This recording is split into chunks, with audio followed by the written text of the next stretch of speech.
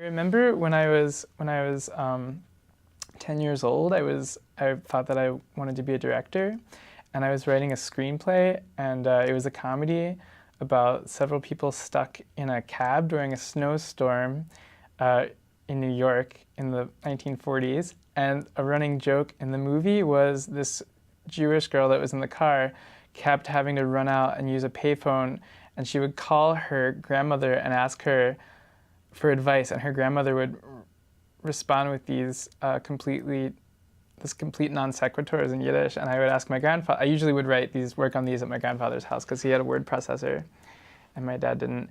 And I would say, Zeta, how do you say? And then I would just like make up a totally inane phrase in Yiddish, and then he would translate it, and I would transliterate it. So that was when I was 10. I mean, that was like my first experience with Yiddish that I remember.